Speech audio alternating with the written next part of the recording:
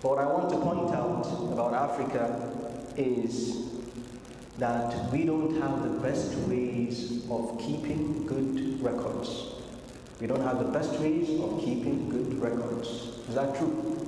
Is that true or false? It's true. You could have a piece of land. It's allocated to Mr. Muhammad.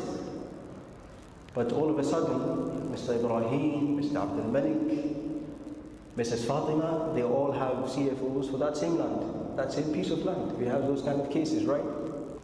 Easily, identity. Recently we had this NIN SIM linkage, right? You had to go and submit your biometrics. You submitted your biometrics at INEC, you submitted them to NIBS, your BVN, and then all the time it's always been required. But if it was told properly from the get-go, we wouldn't have to collect it over and over again, right? Take healthcare, for example. You register under NHIS, and then you go to the hospital to render service to you. And the hospital tells you, the health management organization hasn't paid. They haven't paid the hospital. You go to the HMO says they've paid the hospital. NHIS says they've paid the HMO, and everybody blames each other because you don't have a way or a solid way of keeping good records.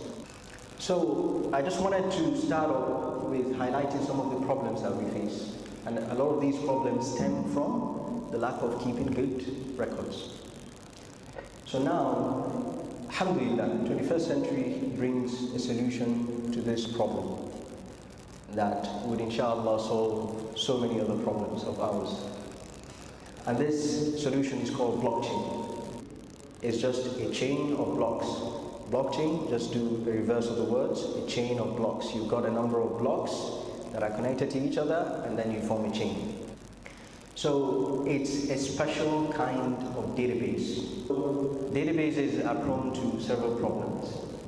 So the reason why I say blockchain is a special kind of database is basically, rather than simply storing Muhammad Umar, ICIC Academy student, primary 1, comes from Kaduna State, and then you've got his parents' phone number, his address, and so on.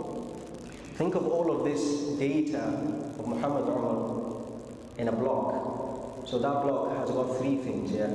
The block has got 3 things.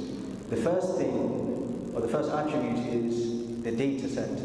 So the data, Muhammad Umar, and all of the other details about them. That's the first thing that is contained in that block.